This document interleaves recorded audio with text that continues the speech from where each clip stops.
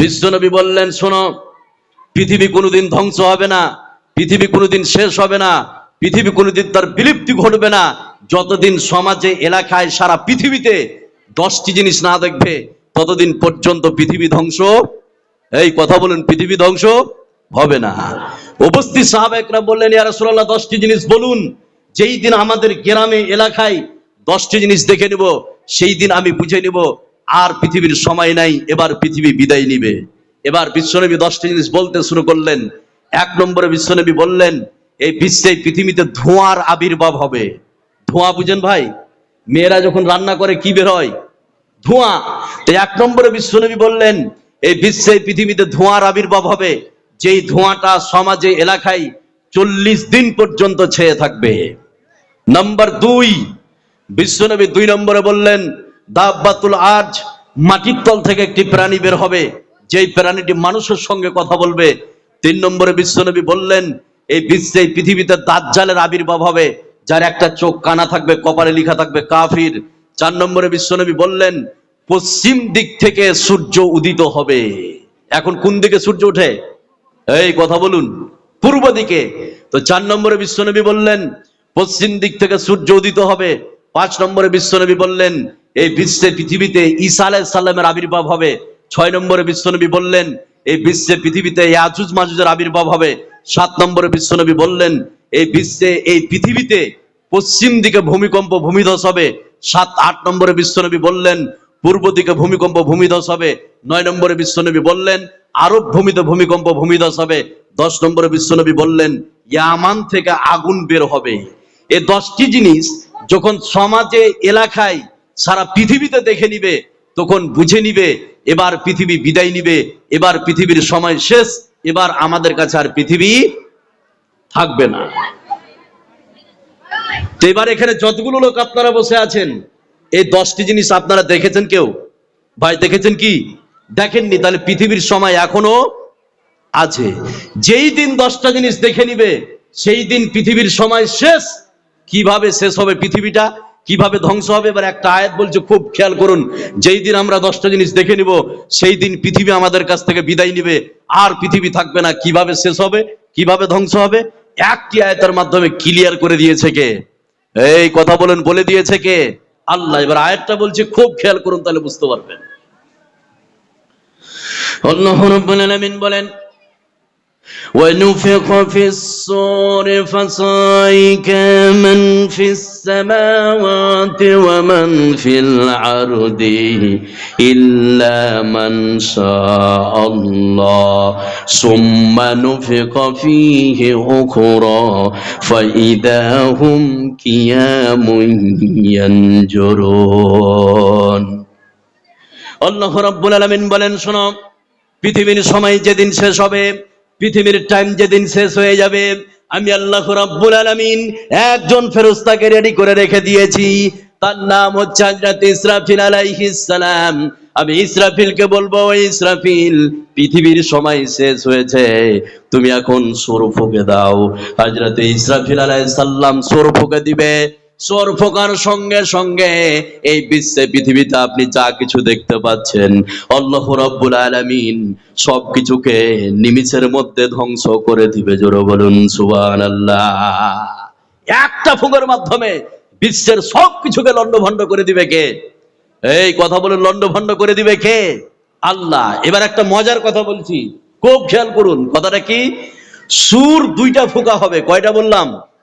2টা। প্রথম ফুঁকে, প্রথম সূরে বিশ্বের সব কিছু শেষ হয়ে যাবে।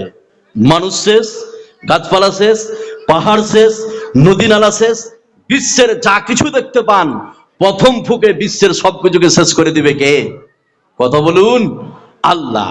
এবার এখানে যতগুলো মা বোন বসে আছেন আর যতগুলো আমার বাপেরা বসে আছেন, ফুঁক একটা মারা হবে, বিশ্বের সবকিছু শেষ হবে। জিনিসগুলো কিভাবে ধ্বংস হবে, কিভাবে আমাদের কাছ থেকে শেষ হবে, 2-1টা লিস্ট আপনাদেরকে না শোনালে বুঝতে পারবেন না।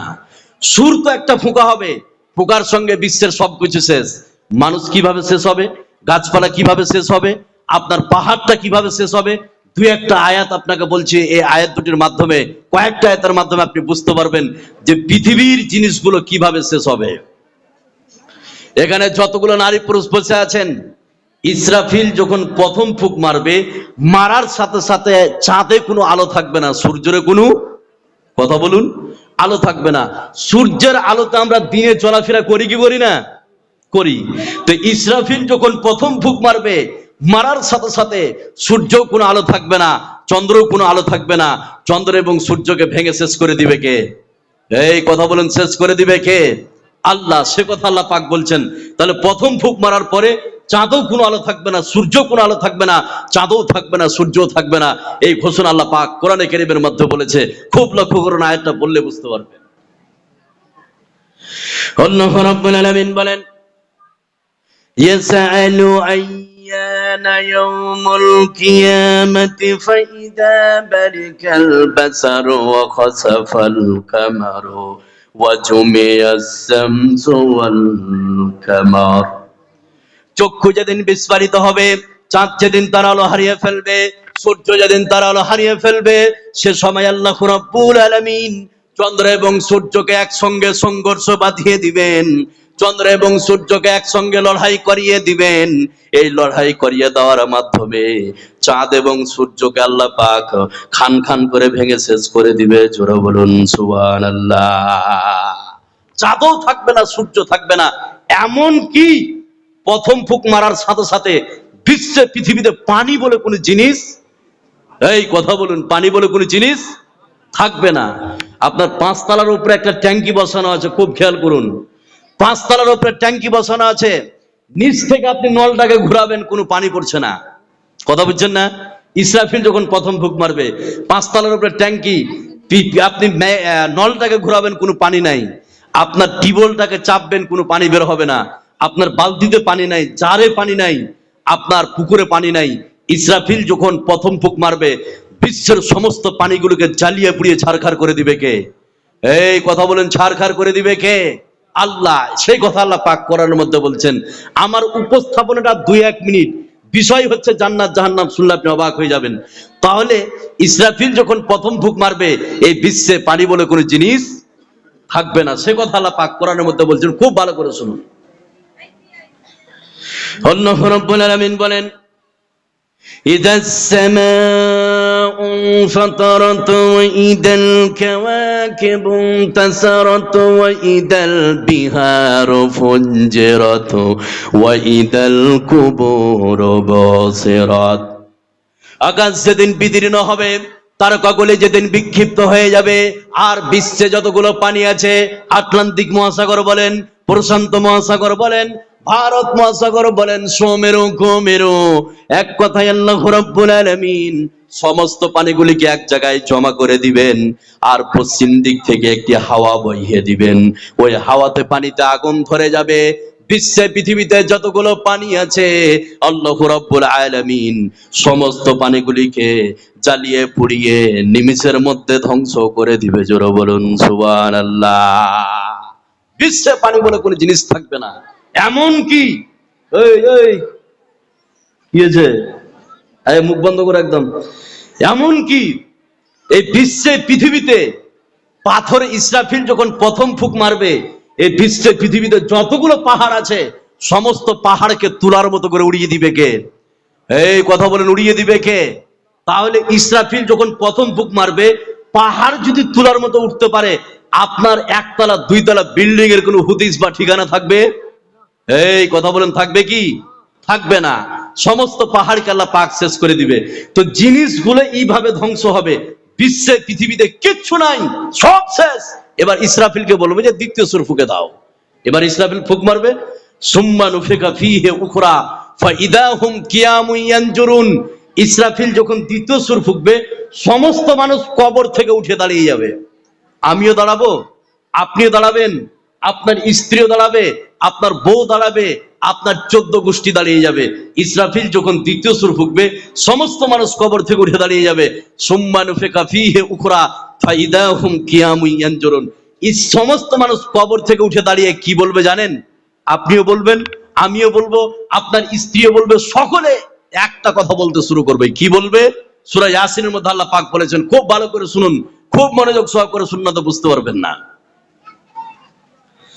আল্লাহ রাব্বুল আলামিন বলেন, قالوا يا ويلنا من بعثنا من مرقدنا هذا ما وعد الرحمن وصدق المرسلون।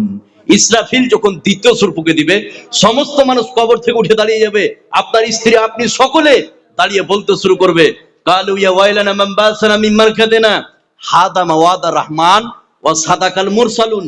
আমরা তো কবরে শুয়েছিলাম, ঘুমিয়েছিলাম, কে আমাদেরকে ঘুম থেকে জাগ্রত করলো? আমাদের ঘুম ভাঙালো কে? বাহির থেকে আওয়াজ আসবে, হাদা মা ওয়াদা রহমান ওয়া সাদাকাল মুরসালুন।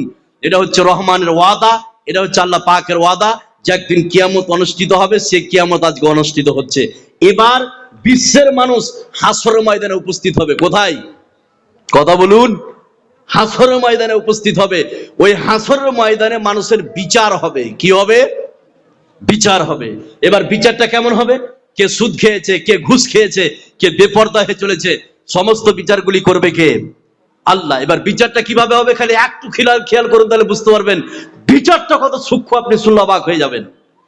বিচারটাকে সঠিক করা, নারী পুরুষের বিচারটাকে সঠিক করার জন্য ওখানে দাঁড়ি পাল্লা নিয়ে আসবে। দাঁড়ি পাল্লা বুঝেন ভাই? তারাজু বুঝেন? আল্লাহ বলছেন ফাআম্মা মান সাকুলাত মাওয়াজিনুহু ওয়া আম্মা মান খাফফাত মাওয়াজিনুহু। ওখানে দাঁড়ি পাল্লা নিয়ে এসে মানুষের নেকি আর গুনাহকে ওজন করা হবে। যার নেকি বেশি সেটা একটা গ্রুপ চলে যাবে কোথায়?